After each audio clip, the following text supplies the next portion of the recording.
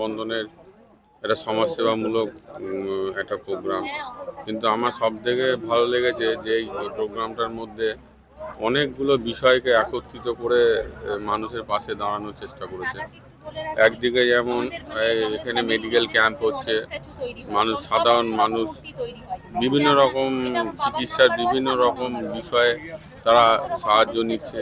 অন্যদিকে blood camp হয়েছে, blood collect হচ্ছে, ব্লাডের কালেকশন করছে। আরেকদিকে পাশাপাশি আমরা দেখলাম যে উনি শাল কাপড় বস্ত্র বিতরণ করলেন, এবং এছাড়া আরও সাংস্কৃতিক অনুষ্ঠান, একটা কম্প্যাক্ট অনুষ্ঠান, একটা প্রোগ্রাম দেখলাম। এবং আরও ভালো লাগলো যে একটা সাম্প্রদায়িক সম্প্রীতির হেডিংয়ের ওপর উনি এই অনুষ্ঠানগুলোকে অনুষ্ঠিত করলো।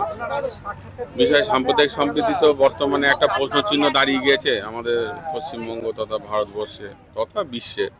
সেই বিষয়ে যে মানুষজনের মধ্যে সচেতনতা বাড়ানো, সেটাও একটা বড় দিক।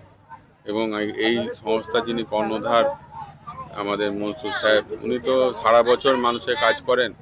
আরেকটা বিষয়, এমন একটা সংস্থা যারা কোনো সরকারি সাহায্য বা অন্যান্য কোনো সাহায্য ছাড়াও নিজেদের থেকে অর্থ সংগ্রহ করে এত বড় একটা অনুষ্ঠান করছে, তার জন্য ওনাদের আমি কুর্নিশ জানাচ্ছি।